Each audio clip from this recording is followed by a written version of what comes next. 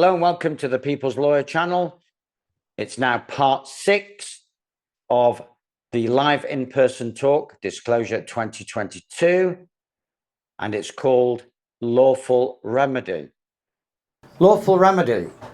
I've identified 7 major remedies against what I call systemic narcissism. So these are lawful remedies. They're not psychological remedies or medical or health-based. They are lawful remedies.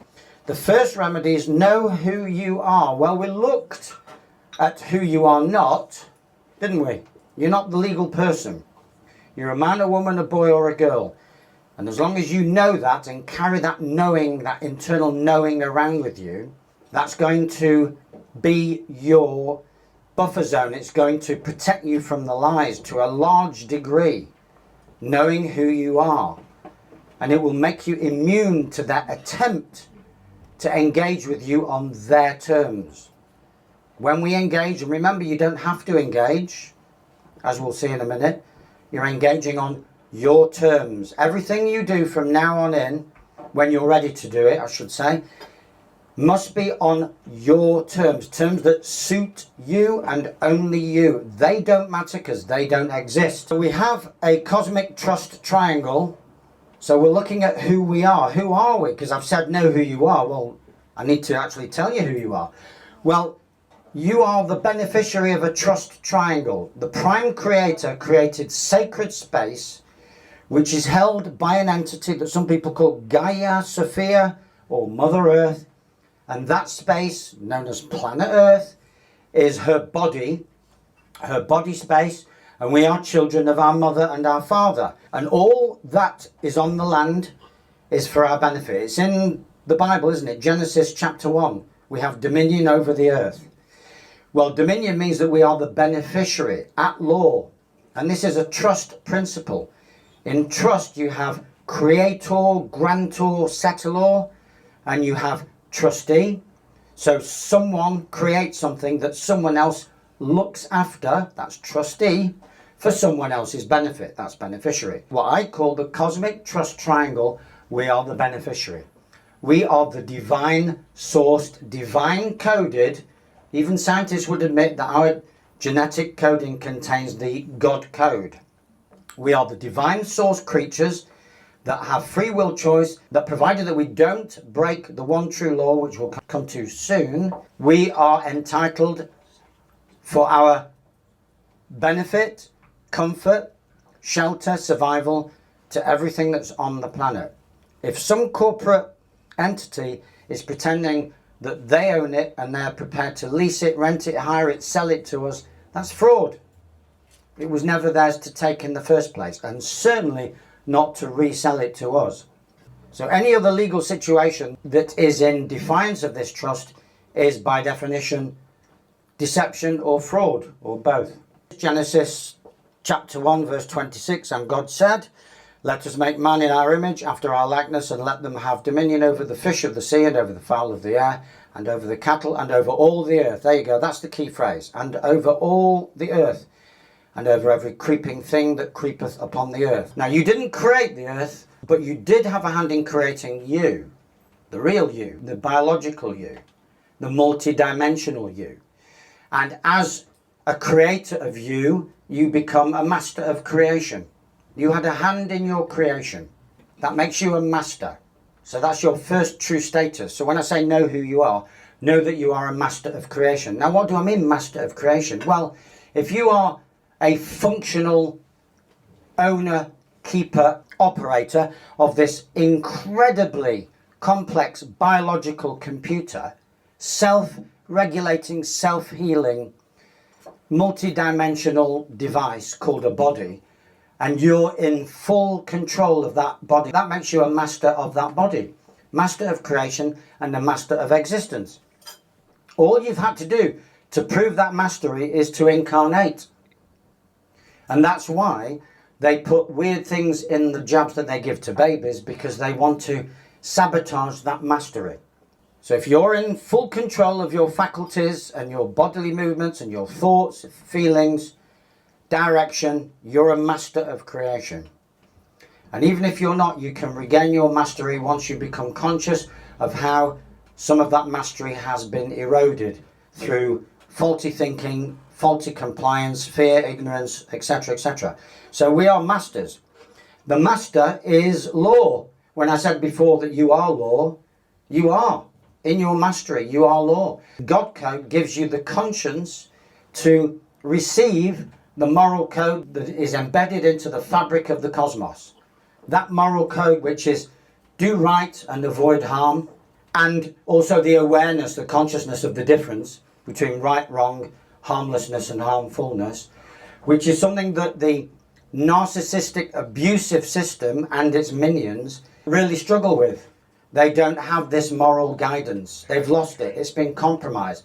Obviously, we don't have time to go into how that's happened, or certainly not why it's happened, but it's happened. A lot of these people that look like people, they look like us, but they are not us, is because they've had their moral compass deactivated. Those in control of the distinction or differentiation, discernment between right and wrong are masters.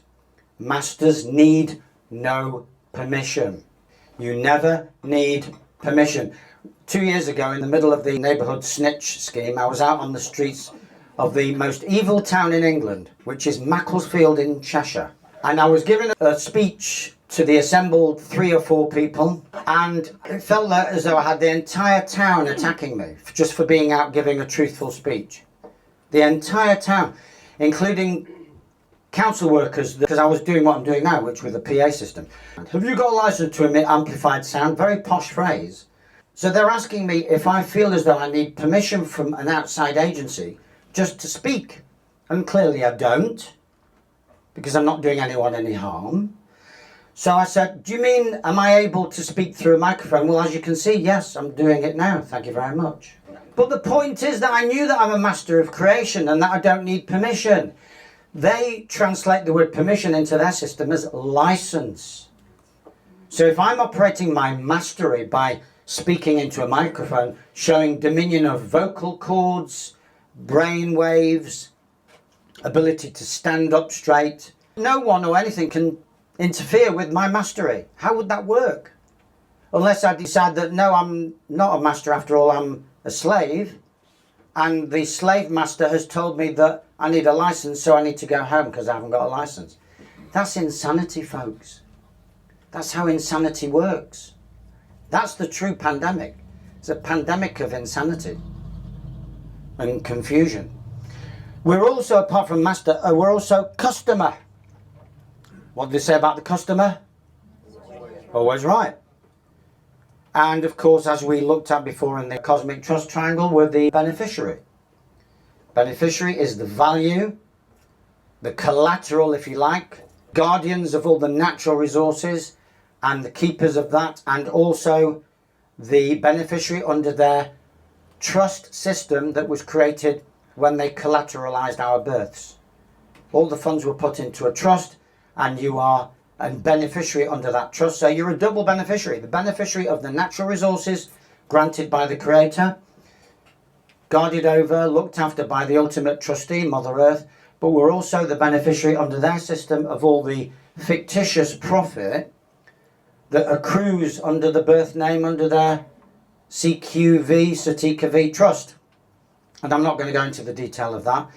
Just suffice it to say that while they try to tell you that you're in effect a serf, a slave, a debtor, you now know that you are a master, customer, beneficiary and creditor who is owed a living within reason, because they're playing with your birth funds. That's know who you are. Second leg of our 7-part power regrab, if you like, we're getting our power back, is we don't contract. Now that we know that they can only oblige us to do anything if they can induce, entice or deceive us into contract, well, don't do it. Don't fall for it, folks.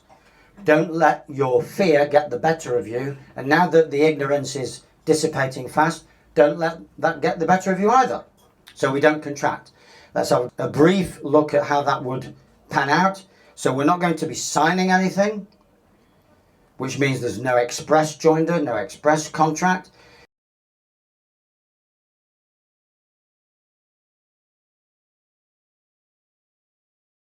and we're not going to assent to anything, give silent acquiescence. That means no implied contract. So we're going to send things back.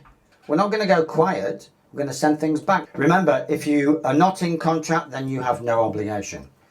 Obligation only comes from contract. Where is the obligation without a contract to answer questions, comply with requests, or register property? Where is it? Where's that obligation? You ask Inland Revenue, HMRC, to show you where it says compulsory in the Taxes Management Act 1970. They go very quiet. It's all voluntary. Taxes Management Act 1970. Have a look for the word compulsory. Whenever they prosecute people, it's because you've gone into contract, but they think you're hiding your true income.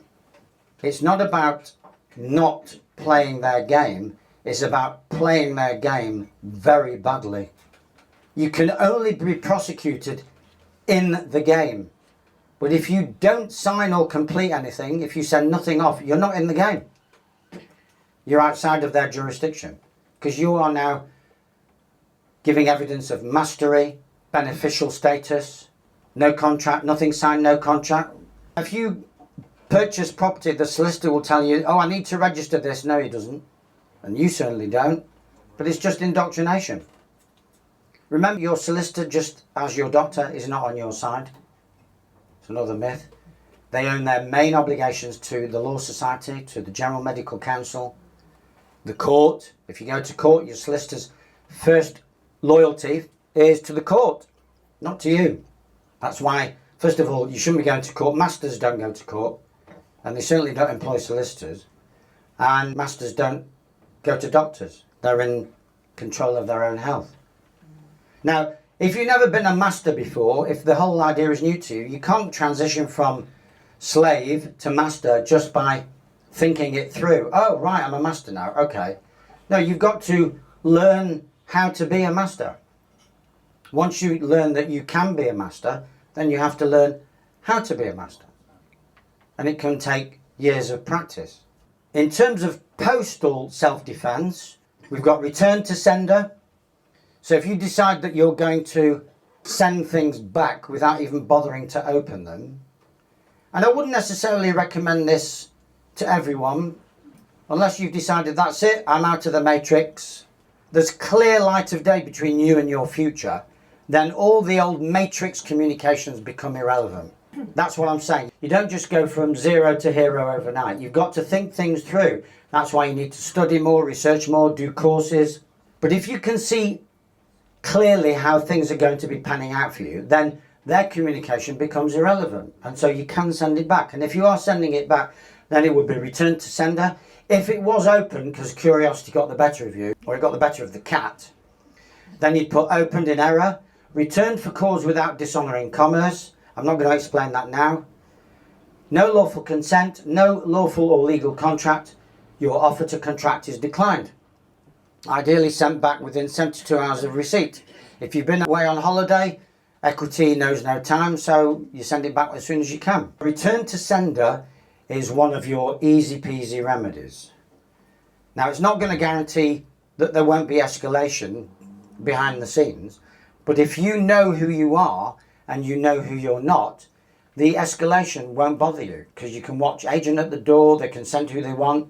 You can deal with that just by keeping the door shut and locked. The problems start is when you're living with nervous, compliant people. Because if you're prepared to go rogue, in inverted commas, and stand up for humanity, that doesn't mean that everyone in your household is prepared to do the same. And we'll look at the implications later on. Remedy number 1, know who you are. Remedy number 2, return their post to sender. Number 3, remain above their rules by obeying the one true universal law. So whatever happens, if you're remaining cool, calm and collected, doing no harm, you're retaining your mastery. You're remaining above their rules. Masters are above corporate rules, but not if they get all full of hate and violence and then they drop down the frequencies and can be prosecuted. They've lost their mastery. You have to stay calm. And remember, there's a Toltec wisdom, the 4 wisdoms of the Toltec culture. One of them is don't take anything personally. They will goad you, incite you, threaten you, bully you, trick you, humiliate you. It's just a test. It's a test of character. It's not a test of law. It's just a test of character. The more they're doing that, the more desperate they are. Feel their desperation. Offer them a cup of tea through the window. Do no harm. Remaining harmless means, 1, no one is above you at law, and 2, you retain your innate mastery. So the mastery is something that you retain and maintain through equanimity, through peacefulness, self-loving, self-valuing peace. Because that's what God is, isn't it? Just total peace. Total stillness. What else can it be? So you stay or get as close to total stillness as possible. You're rising above. You're walking on the water. And you literally are. They're on the sea of commerce. By rising above, you're now walking on the water. Ring any bells? Use the power of the question. Sovereigns, masters, do not answer questions. Ever. Period. If asked a question, you respond with a question. It's a word game. The winner is the last one to ask the last question.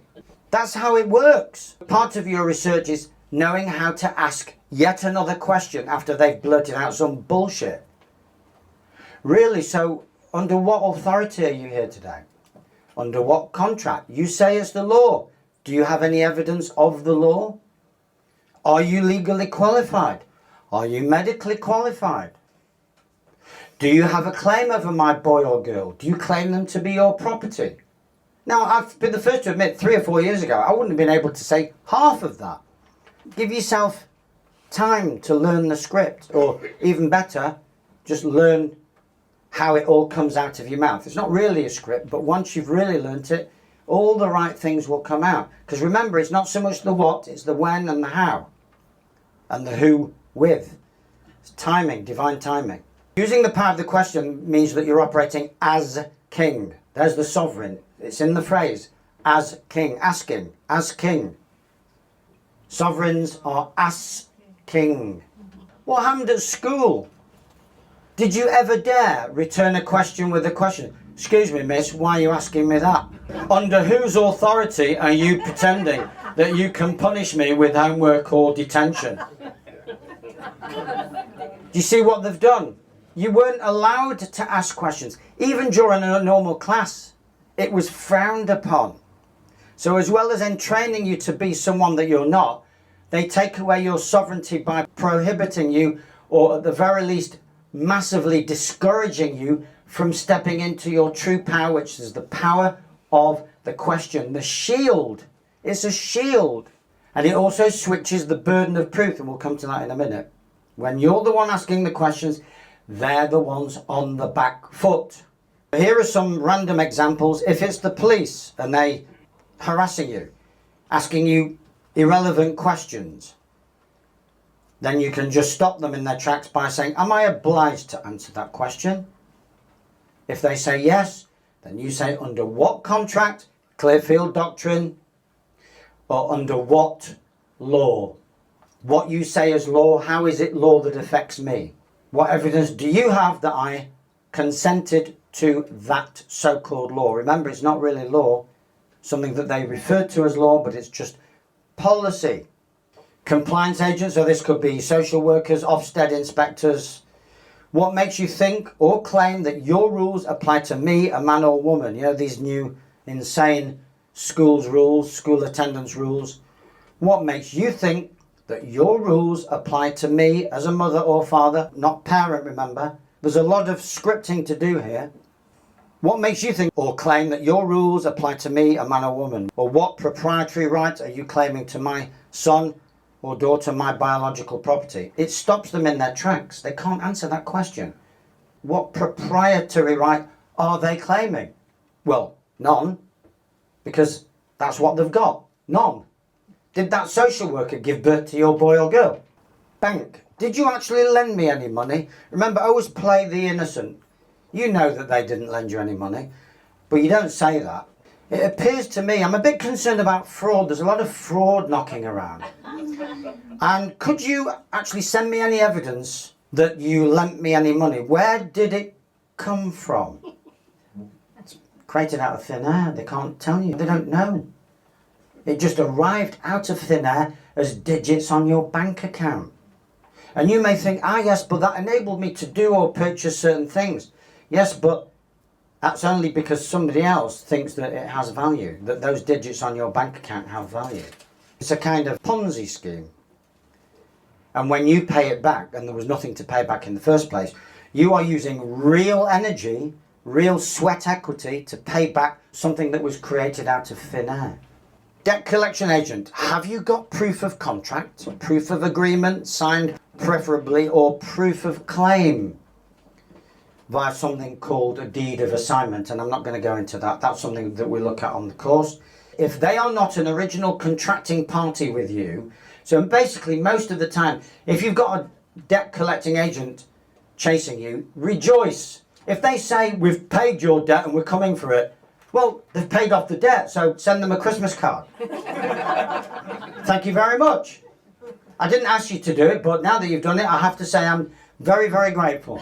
Otherwise, they need proof of claim. If they're saying that the debt is still somehow attached to them, that they have some claim over it, then they need to provide proof that you were in contract with them all along. Well, they can't be because they were not the original contracting party, or that they have an assignment from the original contracting party, which is normally a bank or a lending finance company or a utility or a council. Nothing doing there. The paperwork is never in order. They don't have that evidence. So just ask for it. Sit back and relax. Watch them squirm. There's a YouTube clip. A woman goes to a debt collector and says, is it true that A, you need a deed of assignment, but B, you haven't got one? And in the end, cutting a long story short, he says, shh, don't tell anyone.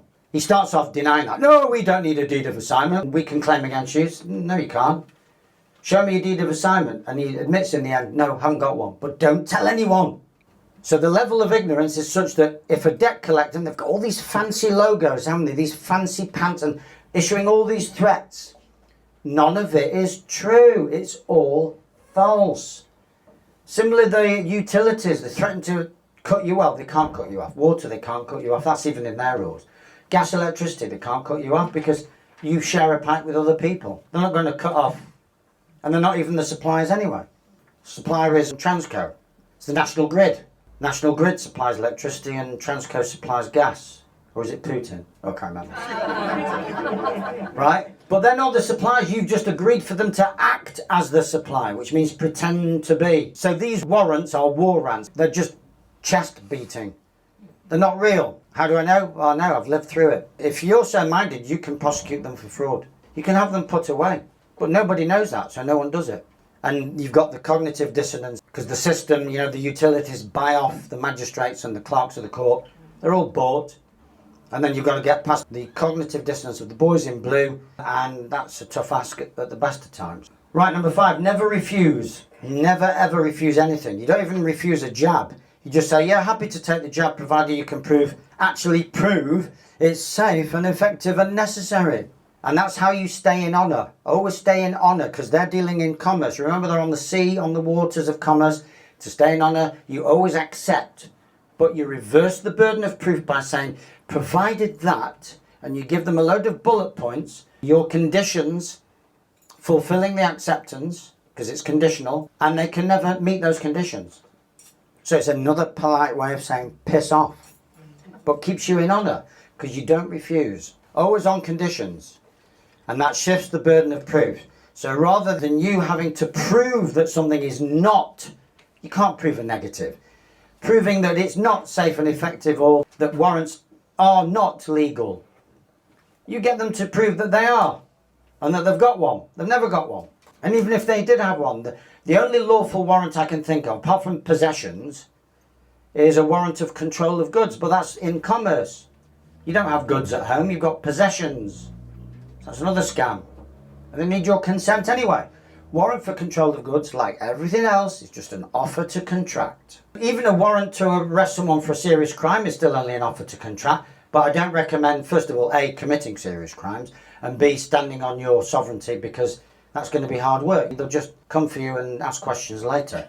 So we're really dealing in the civil realm here, or very low-level so-called criminal offences like driving offences or pandemic offences when they bring it back in, that are not really crimes. Nobody got hurt, no one was harmed. So we're shifting the burden of proof. Here's a big one, go private. Remember, in commerce, we're in the public. So when you go private, the public has no say, it has no right of interference with anything or anyone that operates in the private. All I did 7 years ago was to get HMRC off my back, was just to say, why are you sending me penalty notices? They were expecting me to fill out a tax return every year like I had been doing for several years. And when I was defunded to go to schools, well, I thought, well, I'm not earning an income now, so why should I fill out a tax return? Why would I say I'm earning nothing? Why not just ignore them? Well, when I ignored them, that put me in dishonour, because you don't ignore, you do something. So the penalties were escalating. By this time I've researched and found out that, well, I haven't signed anything and I haven't informed them that I've gone private. I'd learned the value of going private. So I just said, in a very rudimentary Freddie Flintstone kind of a way, because this is back in the day when I didn't know what day it was. Well, half knew what day it was. I just said I've gone private. I'm working as a man with other men and women. And I've not heard back since. And I've got evidence that they were satisfied with that because they zeroed out, and I've got it laminated somewhere, they zeroed out all the penalties. And I've not heard back since. As long as you put them on notice that you know who you are and you know what you're doing, they leave you alone because they need the fear and ignorance. They need you to fall for the 3-card trick every time. That's all the narcissistic beast has. It's your lack of knowledge and your fear of negative consequences, which comes from the complex post-traumatic stress disorder from your schooling. Do you see how we're joining the dots here? It's all interconnected, deliberately so, because it's one beast. It's one beast. Call it what you want, but it's one beast. And it's a lot cleverer than we are. It knows how to join the dots that suit it. So it sends you to school, carves you to pieces, and then 10, 20, 30 years later, you're in pieces. So you're fodder for any demands. You're putty in the hands of a tyrant or an agent. That's the story of Humpty Dumpty. We fell off the wall. We got smashed into smithereens. Our job now is to put Humpty Dumpty back together again. That's all we are. Humpties. Humpties, numpties and dumpties. But we can do something about it once we wake up to that fact and get past our own ego. It's actually really enjoyable. No longer a numpty. That's going to be on one of my car windows soon. No longer a numpty. Buy your own land. That's not easy in the city. In fact, it's impossible because it's all crown owned, or ultimately, I suppose, still under trust to the Pope.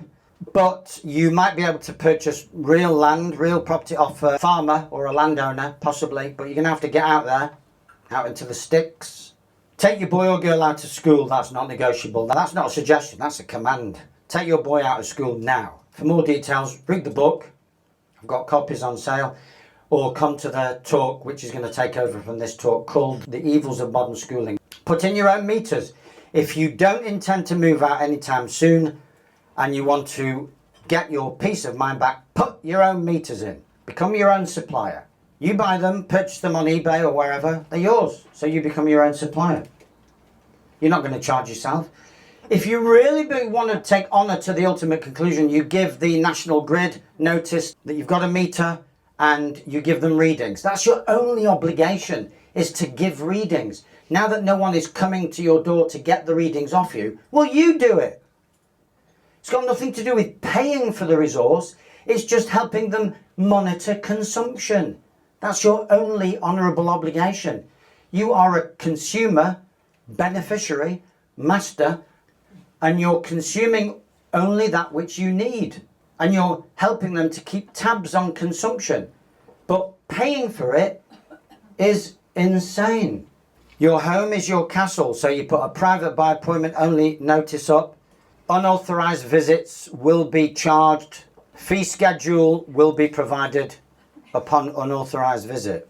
If you're serving or trading and they call another global lockdown to continue trading, you go members only, private members only. And then Everybody else who is not a member will need your special authorization to enter, and your door will be locked. You give your members the key code if it's key coded, or you ask them to call or text beforehand or ring the bell or whatever, and you have a code to get them in. We're in the times of halt, who goes there, friend or foe. Those are the times we're in.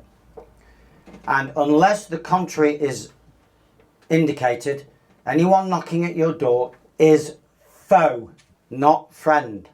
And every time I get an email saying, well, I'm in a bit of trouble, and every time they tell me that they're in a bit of trouble, it's because they brought the trouble upon themselves. Every single time. Trouble can come calling, but it only gets activated by your cooperation. There's no other way to have trouble heaped upon your head. My assumption is that you're peaceful, lawful, respectful, masterful. How can anyone who's operating that paradigm get into trouble? They must have self-sabotaged along the way. It's very difficult for someone like me to pick up the pieces.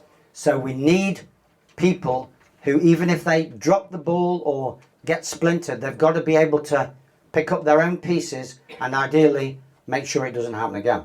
Keep your assets private. Well, that's trust. Assets held in a trust, whether you've declared it over an individual asset or put it into a living, irrevocable trust, in theory at least, assets will be protected. That's pretty much the only way to protect them. In other words, they may have something, some claim on your legal name, but your legal name is no longer the owner of that vehicle, house, child. The trust is now the owner, and they can't get past the trust setup. Trusts are private. They can't be revealed. Anything in a trust is taken out of their jurisdiction. Equity and privacy, GDPR, these are the things that we look at on the course. Keep yourself private. Go grey. So you're deregistering, you're putting in your own meters, you are not complying, you are becoming invisible. It's invisibility, active invisibility.